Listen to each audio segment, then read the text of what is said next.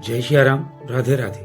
भाग्य व भविष्य का निर्माण करता है संगत। उन्नति व पतन दोनों का रास्ते को खोलता है संगत। आपके भाग्य का निर्माण आपका कर्म करता है और आपके कर्म का निर्माण आपकी संगत करती है।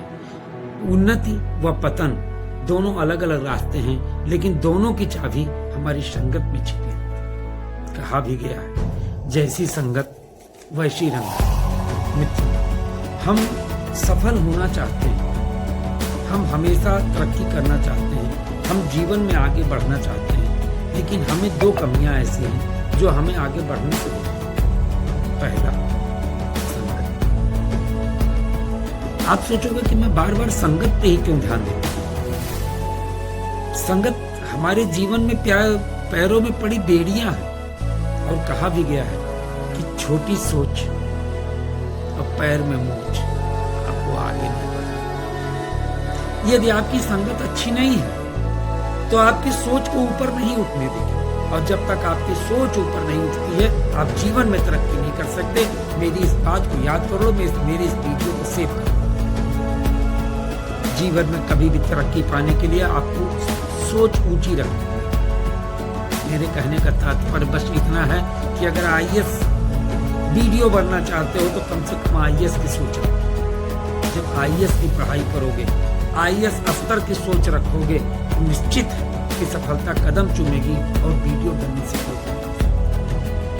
लेकिन आपकी सोच में ही बाबू बनने की है, आप चपरासी भी नहीं बन सकते, ये निश्चित मान।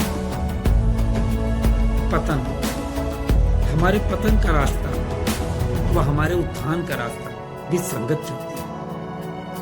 मित्रों, संगत बहुत बड़ा असर डालती है हमारे जीवन पे।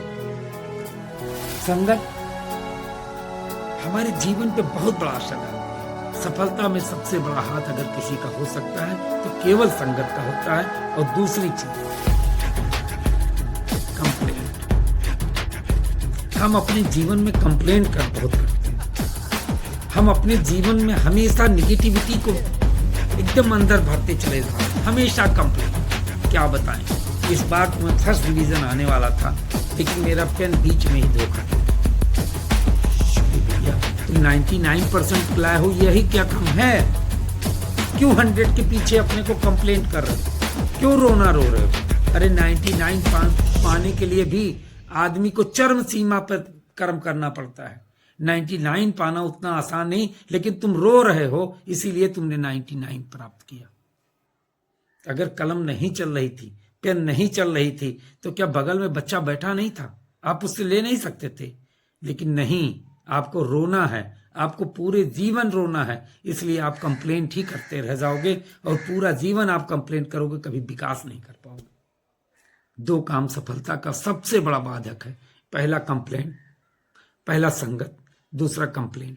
आप 4 नौकरी पेशा लोगों के बीच में बैठ करके आप चाहते हो कि मैं बिजनेस कर लूंगा, कभी नहीं कर सकते, क्योंकि वो 4 जब आएंगे तो आपको बताएंगे। एक बताएगा कि सुबह 10 बजे जाना है, शाम को 4 बजे चले आना है, पैंट शर्ट एकदम कोट पैंट पहन के जाना है, एसी में बैठना है, चले आना है। दूसरा कहेगा, यार मुझे तो कुछ काम ही नहीं रहता, बॉस हमको जो है तुरंत अपने ऑफिस में बुलाता है, 2 फाइल देता है, उसको लेके फलाने कंपनी में जाता हूं, लौट आता हूं। अब ऐसे मनोरंजन के बीच में आप रिस्क लेना चाहोगे? क्यों लोगे? आप भी नौकरी के पीछे दौड़ोगे। अगर आपको बिजनेस करना है तो बिजनेस माइंडेड लोगों के बीच बैठना होगा। अगर आपको नौकरी करनी है तो नौकरी करने वाले लोगों के बीच बैठना होगा, अन्यथा ना आप नौकरी कर पाओगे ना आप बिजनेस कर पाओगे। मित्रों, हम संगत की बात करते हैं तो आप हो सकता है कि हमसे पूछो, हम या खुद अपने में विचार करो कि हमें कैसे पता चलेगा कि हमारा संगत अच्छा है या बुरा है। बहुत छोटी सी बात अगर आपके हृदय को लगे, अगर आप हमारी बात से सहमत हों, तो निश्चित ही हमारे इस चैनल को सब्सक्राइब करें और कमेंट करें, और कमेंट में हमसे अपनी बात को रखें। बहुत छोटी सी धारणा, केवल आपको एक बात देखनी है कि जिस कंपनी में जिन 4 लोगों के साथ बैठ करके आप आनंद का अनुभव कर सको, आप वहां सबसे बड़े ज्ञानी बनकर के उभर जाओ, आपकी बात को सभी 4 लोग हमेशा मान लें, आपकी बात ही सर्वोपर रखी जा रही हो, वो कंपनी आपके लायक नहीं। वहां आपका विकास नहीं हो सकता, वहां आप विनाश में गिरते चले जाओगे। लेकिन जिस कंपनी में जिन 4-6 लोगों के बीच बैठ करके आप असहज महसूस करो, अपने आप आपका हृदय कचोटने लगे, काश मैं भी ऐसा कर लिया होता, काश मैं भी ऐसा करता, काश हम भी कल से ऐसा करेंगे, वही कंपनी आपके लायक है। जहां आप बैठने के बाद असहज महसूस करो, जहां आपको यह लगे कि आप तो सबसे छोटे व्यक्ति हो, जहां आपको यह लगे कि अरे मैं कहां आके फंस गया, ये इतने हायर क्लास लोग हैं, मैं यहां क्या करूंगा, वही संगत आपके लिए परफेक्ट संगत है।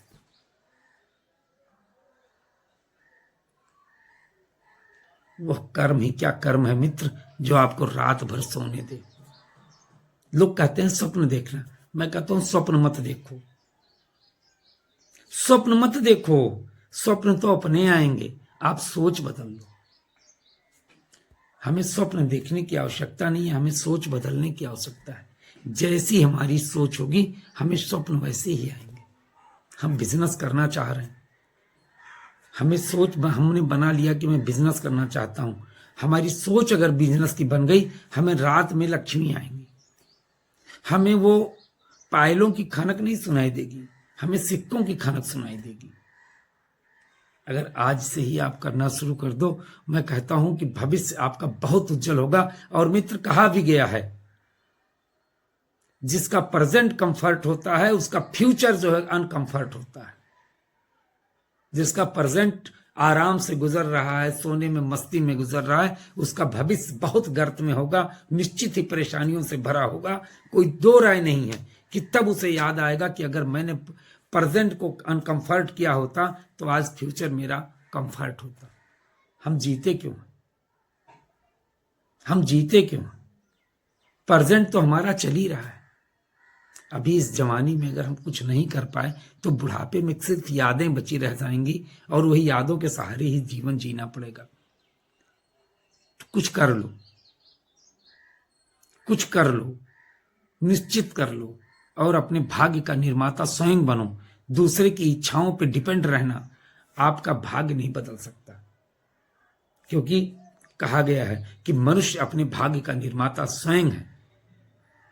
चलिए, कहानी बहुत लंबी हो जाएगी, इसलिए मैं अपने वक्तव्य को यहीं समाप्त करता हूं। लेकिन अगली कड़ी में कुछ और आपके लिए लेके आऊंगा। लेकिन मेरी इन भावनाओं को ओतप्रोत करने के लिए, मेरे इस प्रकृति को बढ़ाने के लिए कृपया हमें कमेंट करें, लाइक करें, सब्सक्राइब करें। जय सिया राम, जय जय श्री राम।